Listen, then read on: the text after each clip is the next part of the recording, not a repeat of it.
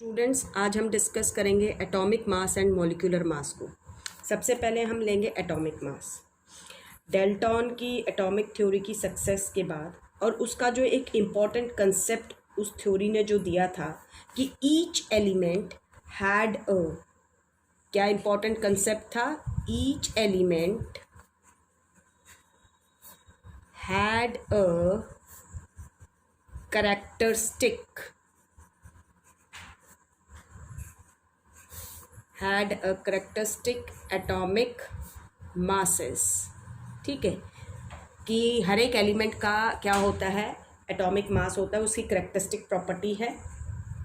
तो इस concept theory के इस कंसेप्ट से क्या हुआ कि जो साइंटिस्ट थे they get prompted to know और to measure the atomic mass of an atom.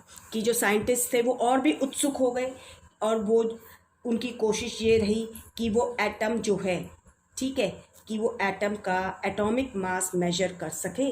लेकिन हमें ये पता है कि किसी भी एक इंडिविजुअल एटम का मास मेजर करना क्या है, बहुत ही डिफ़िकल्ट टास्क है।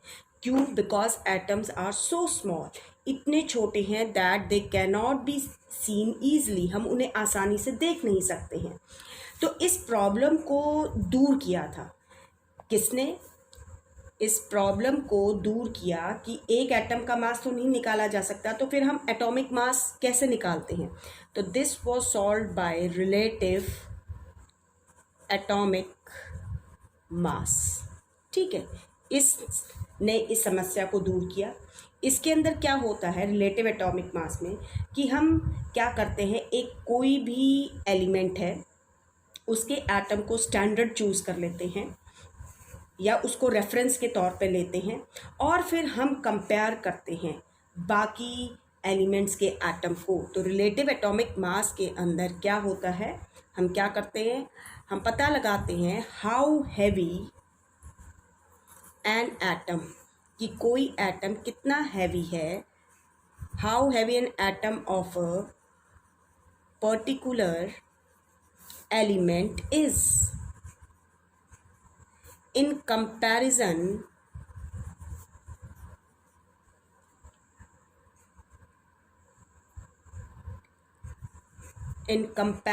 with an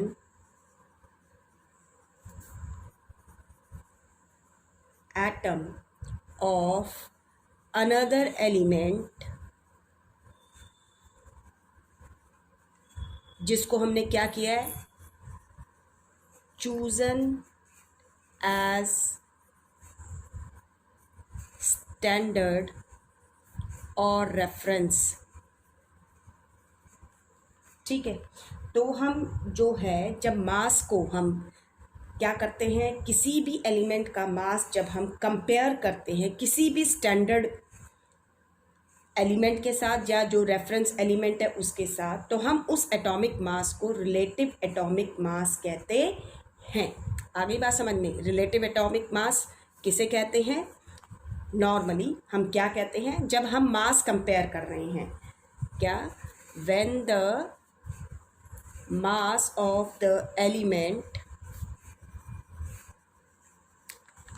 इज कंपेयर्ड, हम उसको कंपेयर करते हैं किसके साथ, किसी स्टैंडर्ड के साथ, with some standard reference element के साथ। ठीक है, तो जो एटॉमिक मास होएगा, ठीक है, when the mass of the element is compared with some standard reference element, then the atomic mass is called relative atomic mass. तो हम उस मास को क्या कहते हैं, रिलेटिव एटॉमिक मास कहते हैं। तो सबसे पहले जो स्टैंडर्ड जो चूज़ किया गया था, ध्यान रखिए, इनिशियली सबसे पहले जो स्टैंडर्ड चूज़ किया गया था that is hydrogen is used as a reference. ठीक है, hydrogen is used as a reference, hydrogen को यूज़ किया गया था एज अ रेफरेंस और एज ए स्टैंडर्ड। क्यों? क्योंकि ये एक लाइटेस्ट क्या है, गैस थी, it is a lightest gas, and जो मास था, मास ऑफ हाइड्रोजन जो था वॉज टेकन एज 1 यूनिट। इसको क्या लिया गया था? 1 यूनिट। तो जो मासेस थे एलिमेंट्स के, दे वर कंपेयर्ड विद हाइड्रोजन, उनको हाइड्रोजन के साथ कंपेयर किया गया था, लेकिन later on it was proved inconvenient, इस इनकन्वीनियंट हो गया था एज ए हाइड्रोजन, बिकॉज जो हाइड्रोजन है नेचर में इसके 3 आइसोटोप्स एग्जिस्ट करते हैं। हाइड्रोजन जो रेफरेंस की तरह लिया गया था, लेटर ऑन इसको इनकन्वीनियंट प्रूव किया गया। क्यों? क्योंकि जो हाइड्रोजन था नेचर में इट हैज़ 3 आइसोटोप्स, इसके 3 आइसोटोप्स एग्जिस्ट करते हैं नेचर में, ठीक है। एंड ये आप नेक्स्ट चैप्टर में पढ़ेंगे इसके 3 आइसोटोप्स। और जो एवरेज मास था, एवरेज मास इज स्लाइटली, जो एवरेज मास था वो स्लाइटली क्या था? हाइयर था देन 1 यूनिट से जो हमने चूज़ किया था, ठीक है। हाइड्रोजन के बाद हमने, क्योंकि अब इसको इनकन्वीनियंट हो गया, इसको रिजेक्ट कर दिया गया, तो उसके बाद चूज़ किया गया oxygen as a reference. Oxygen को रेफरेंस की तौर पर चूज़ किया गया, ठीक है। ऑक्सीजन को रेफरेंस के तौर पे क्यों लिया गया आफ्टर हाइड्रोजन? इसको लिया गया था एटॉमिक मासेस को मेजर करने के लिए। क्यों? आपका जो ऑक्सीजन था, ठीक है, इसको रेफरेंस के तौर पर लिया गया। जो मास थे एटम के, जो ऑक्सीजन एटम जो हमारा नेचर में पाया जाता है, उसका मास जो था वो क्या था? मास ऑफ ऑक्सीजन जो था, ठीक है, दैट इज 16 यू था, ठीक है। और जो 1/16 and 1/16 the mass of an atom of oxygen, 1/16 the mass of an atom of oxygen was taken as, इसको लिया गया एटॉमिक मास यूनिट, ठीक है, एटॉमिक मास यूनिट। इसको ऐसे समझिए जैसे अगर हमने किसी चीज़ को मेजर करना है, घर में कोई हमारे पास अगर स्टैंडर्ड वेट्स नहीं होते हैं, ठीक है, तो हम क्या करते हैं, हमारे पास कुछ ना कुछ ऐसा होता है जिसमें आपकी मदर कहती है ये जो बाउल है या इसमें आप सामान डालेंगे तो 1 किलो के बराबर हो जाएगा, तो इससे आइडिया लग जाता है, ठीक है। तो उसी तरीके से हम रेफरेंस एलिमेंट्स को चूज़ कर रहे थे कि एटॉमिक मास को कंपेयर किया जा सके, क्योंकि एक एटम का मास निकालना क्या हो रहा था? बहुत मुश्किल हो रहा था, ठीक है। तो इसको एटॉमिक मास यूनिट चूज़ किया गया। और ऑक्सीजन जो था उसको किस लिए लिया गया था as a reference? Because oxygen is chosen as a reference. क्या कारण थे इसके? 2 रीजन्स थे, ठीक है। इसके 2 रीज़न ये थे, नंबर 1 कि आपका जो ऑक्सीजन है, ऑक्सीजन जो थी it combines, oxygen combines with most of the elements, आपके अधिकतर जो एलिमेंट्स थे नेचर में उनके साथ कंबाइन करती थी, ठीक है। Oxygen combines with most of the elements found in nature, जो नेचर में पाए जाते थे, एक कारण ये था। एंड फॉर्म कंपाउंड्स, और क्या बनाती थी? ये कंपाउंड बनाती थी। और दूसरा रीज़न ये था कि ये जो एटॉमिक मास चूज़ किया गया था, दिस एटॉमिक मास, इस एटॉमिक मास यूनिट की वजह से, ठीक है, इसकी वजह से जो दूसरे एलिमेंट्स के जो एटॉमिक मासेस फाइंड आउट किए गए वो जनरली होल नंबर में आए, ठीक है। तो this atomic mass unit gave masses of most of the elements as whole numbers, ठीक है, whole numbers की फॉर्म में मिले थे। लेकिन ड्यू टू सम प्रॉब्लम, कुछ प्रॉब्लम्स की वजह से क्या हुआ, ऑक्सीजन को भी डिस्कार्ड कर दिया गया। और फाइनली जो चूज़ किया गया, फाइनली जो रेफरेंस एलिमेंट चूज़ किया गया, that is carbon 12 as reference, ठीक है। फाइनली इसको चूज़ किया गया कार्बन 12 को एज ए रेफरेंस, ठीक है। इन 1961 में किसने चूज़ किया? IUPAC ने अडॉप्ट किया, ठीक है। इसको कार्बन 12 जो है जो कार्बन 12 आइसोटोप है, ये एक कार्बन का, ठीक है, कार्बन के दो आइसोटोप्स होते हैं जनरली, एक कार्बन 14 होता है, एक कार्बन 12। तो जो कार्बन 12 आइसोटोप था कार्बन का, it has been chosen as the reference, इसको रेफरेंस चूज़ किया गया, ठीक है, reference element for measuring the atomic masses of other elements. और इस के एटम को जो एटॉमिक मास असाइंड किया गया दैट इज़ एग्जैक्टली 12U, ठीक है। तो जो एटॉमिक मास था, ठीक है, एटम ऑफ कार्बन 12, ठीक है, assigned a mass of exactly 12U, ठीक है, एग्जैक्टली 12U किया गया था। और कार्बन को चूज़ क्यों किया गया था?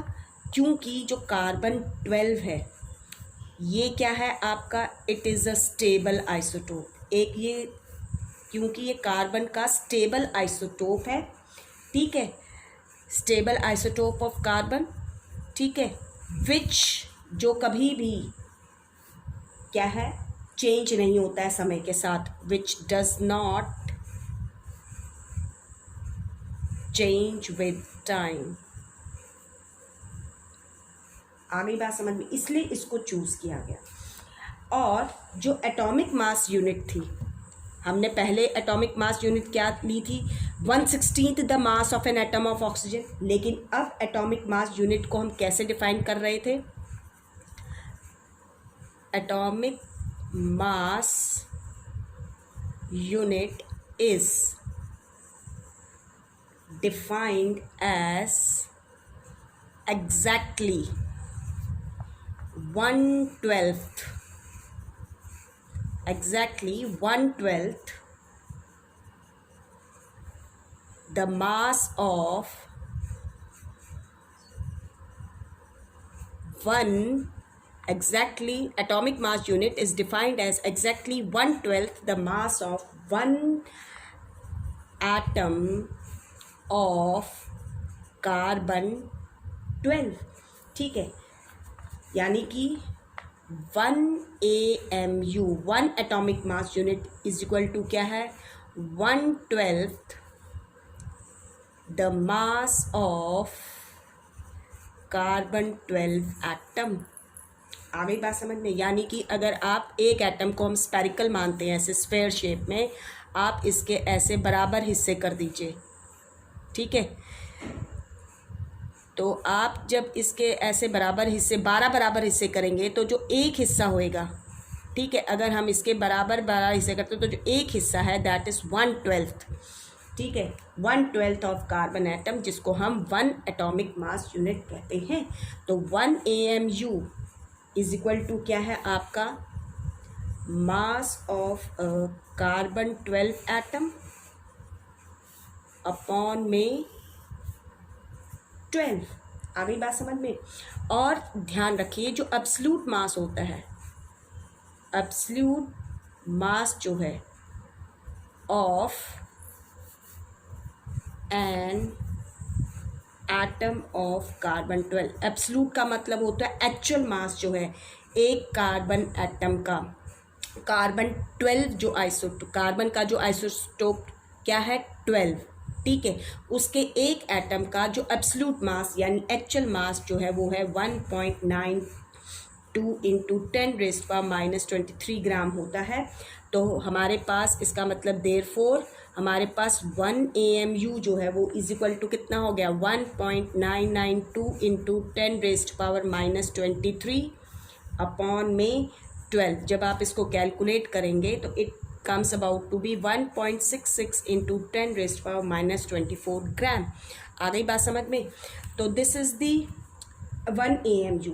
और अब nowadays the atomic mass of the atoms is compared with, हम atomic mass जो है atoms के उनको compare करते हैं with 1/12 the mass of the part of carbon 12, और इसी को relative atomic mass कहते हैं। अब हम क्या करते हैं, जो एटॉमिक मास है नाउअडेज, अब जो है द एटॉमिक मास जो है, atomic mass of the atoms किसके साथ कंपेयर करा जाता है, इज कंपेयर्ड विद, किसके साथ कंपेयर करते हैं, with the mass of 1/12 part of carbon 12, और इसको हम क्या कहते हैं, this is called relative atomic mass. इसी को हम क्या कहते हैं, this is known as relative atomic mass.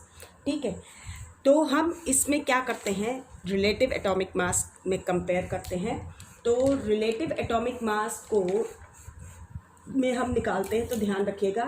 तो लेकिन एक चीज़ ध्यान रखिएगा, नाउअडेज ये भी ध्यान रखना है आपने कि जो 1 AMU है, जो 1 एटॉमिक मास यूनिट है, इसको अब हम रिप्रेजेंट करते हैं। दिस 1 एटॉमिक मास यूनिट जो है बच्चे, इट इज़ रिप्रेजेंटेड बाय, इसको हम रिप्रेजेंट करते हैं, यानी कि अब इसको एटॉमिक मास यूनिट ना कह के इट इज़ कॉल्ड एज, इसको कहा जाता है unified atomic mass, it is called as unified atomic mass unit, और इसे सिंपली यूनिफाइड मास या यूनिट मास कहते हैं। और AMU की जगह now it is represented by U, इसीलिए मैंने यहाँ जो एटॉमिक मास कार्बन का लिखा 12U। आ गई बात समझ में, 12U है। अब हम एटॉमिक मास जो है, तो हम किसी भी एलिमेंट का जो एटॉमिक मास होता है उसको कैसे डिफाइन करते हैं, atomic mass of an element may be defined as the, कैसे डिफाइन करते हैं, atomic mass of an element may be defined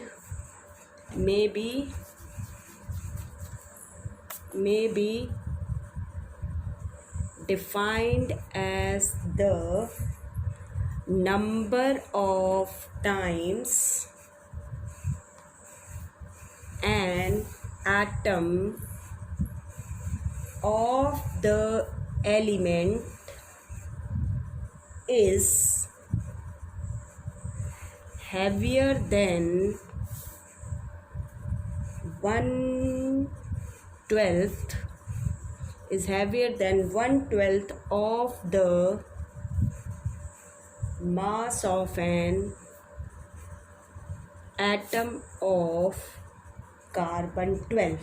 ठीक है, जैसे कि फॉर एग्ज़ाम्पल मैं आपको बताती हूँ कि सपोज़ कीजिए, जैसे हम जो सल्फ़र होता है, ठीक है, सल्फ़र का जो एटम है, सल्फ़र एटम जो है, ठीक है, इसका जो एटॉमिक मास है हम लिखते हैं 32U।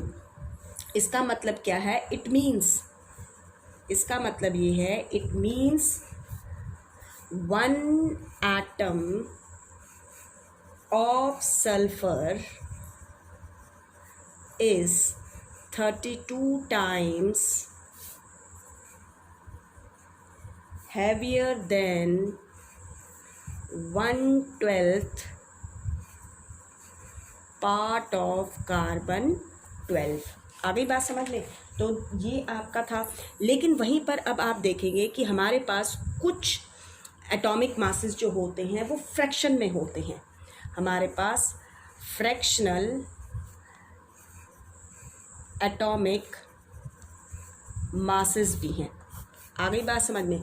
फ्रैक्शनल एटॉमिक मासेस क्यों है, क्योंकि हमारे कुछ एलिमेंट्स जो होते हैं उनके फ्रैक्शन में एटॉमिक मासेस इसलिए होते हैं क्योंकि नेचर के अंदर they exist in isotopic forms.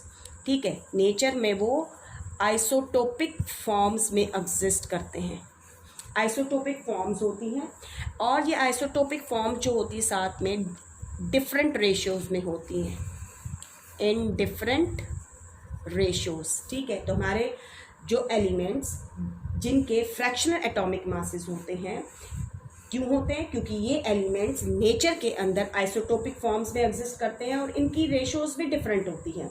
तो हमें क्या करना पड़ता है? Then we have to know, तो हमें क्या करना पड़ता है? Then we have to know the percentage of each isotopic form. हमें हर एक आइसोटोपिक जो एलिमेंट है जिसके आइसोटोप्स एग्जिस्ट कर रहे हैं, हमें हर एक आइसोटोपिक फॉर्म की परसेंटेज पता होनी चाहिए। एंड उसके बाद हम एटॉमिक मास जो होता है उसको निकालते हैं। वो कैसे लेते हैं? It is taken as the average of the atomic masses of these different isotopic forms of the element. ये जो आइसोटोपिक फॉर्म्स होते हैं एलिमेंट की, इनकी हम क्या लेते हैं? एवरेज एटॉमिक मासेस लेते हैं। जैसे एक एग्जांपल है क्लोरीन जो है आपका, ठीक है, क्लोरीन जो है नेचर के अंदर इसके 2 आइसोटोप्स एग्जिस्ट करते हैं। कितने आइसोटोप्स हैं? ये 2 आइसोटोप, यानी 2 आइसोटोपिक फॉर्म में एग्जिस्ट करता है। यानी कि नेचर के अंदर क्लोरीन के 2 तरह के एटम्स पाए जाते हैं।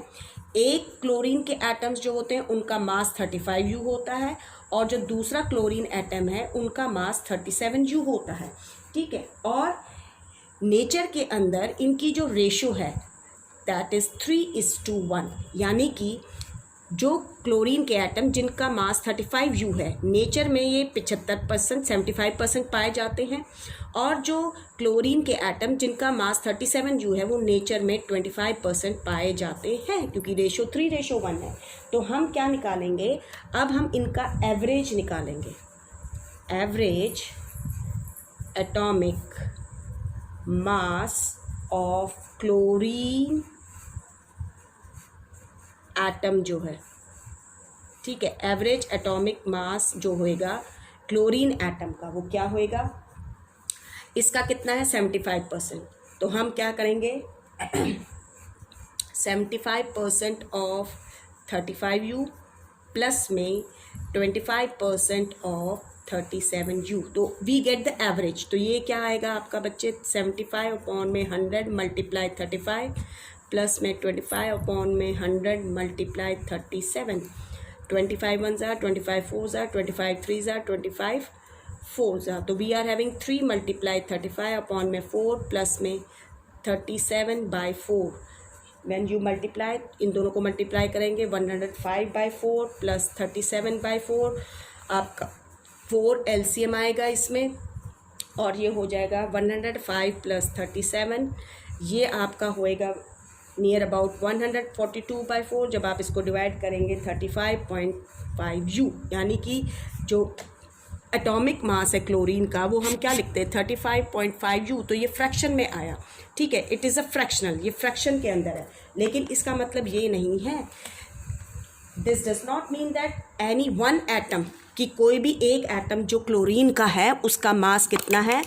Any one atom of chlorine, यानी कि जो क्लोरीन एटम है, कोई भी एक एटम, उसका मास फ्रैक्शंस में, फ्रैक्शनल मास नहीं है, 35.5U नहीं है। इट मीन्स, इसका मतलब ये है कि जब आप कुछ सर्टन अमाउंट में क्लोरीन को लेंगे, ठीक है, जब आपने कुछ अमाउंट क्लोरीन एटम का लिया, ठीक है, तो उसके अंदर दोनों आइसोटोप्स होंगे क्लोरीन के, यानी कि जब आपने कुछ अमाउंट क्लोरीन का लिया तो उसमें हमारे पास क्लोरीन के वो एटम भी प्रेजेंट होंगे जिनका मास 35U है, और वो एटम भी प्रेजेंट होंगे जिनका मास 37U है। और जो क्लोरीन है, ठीक है, दोनों तरह के आइसोटोप्स हैं उसमें, और उनका एवरेज मास जो है दैट इज़ 35.5U। और हमारे लार्ज नंबर ऑफ एलिमेंट्स जो हैं उनके जो मासेस हैं, जनरली एटॉमिक मासेस फ्रैक्शनल हैं, एंड लेकिन हम कैलकुलेशंस के लिए क्या करते हैं? हम उनको राउंड ऑफ कर देते हैं नियरेस्ट होल नंबर्स के लिए। आ गई बात समझ में? और इसी वजह से हम जो एटॉमिक मास होता है एलिमेंट का, उसको हम रिलेटिव एटॉमिक मास की फॉर्म में डिफाइन करते हैं। हम क्या कहते हैं? So we define atomic mass of an element as relative atomic mass, और रिलेटिव एटॉमिक मास को हम डिफाइन करते हैं कैसे? It is defined as the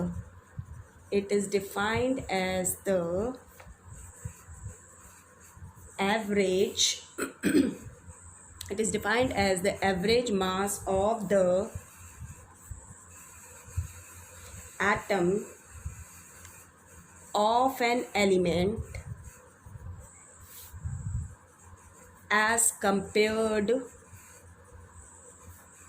to 1/12 the mass of one atom of carbon 12।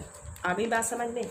Now we talk about, इसी तरीके से हमारे पास होता है ग्राम एटॉमिक मास। ठीक है, यानी कि जब हम ग्राम एटॉमिक मास, किसी भी एलिमेंट का एटॉमिक मास होता है जिसको हम एक्सप्रेस करते हैं ग्राम्स में, तो gram atomic mass of an element is the atomic mass of an element when it is expressed, उसको हम एक्सप्रेस करते हैं किस में, when it is expressed in grams। ठीक है, और numerically it is equal to the mass in U। it is numerically equal to the mass in U। जैसे फॉर एग्जाम्पल जो एटॉमिक मास होता है ऑक्सीजन का, हम कहते हैं atomic mass of oxygen is 16U। ठीक है, तो इसका मतलब जो ग्राम एटॉमिक मास है, gram atomic mass of oxygen is 16G। Numerically तो सेम है, सिर्फ U की जगह क्या लगा देंगे, G, तो एक ग्राम एटॉमिक मास हो गया। And if we want to find out number of grams atoms, हमें नंबर ऑफ ग्राम एटम्स निकालने हैं, तो हमारा होता है mass of element in grams. ठीक है, अपॉन में एटॉमिक मास, अपॉन में atomic mass of the element, लेकिन वो भी किस में होएगा, ग्राम में। ठीक है, तो this is about your atomic mass. इसके बाद हम डिस्कस करेंगे मॉलिक्यूलर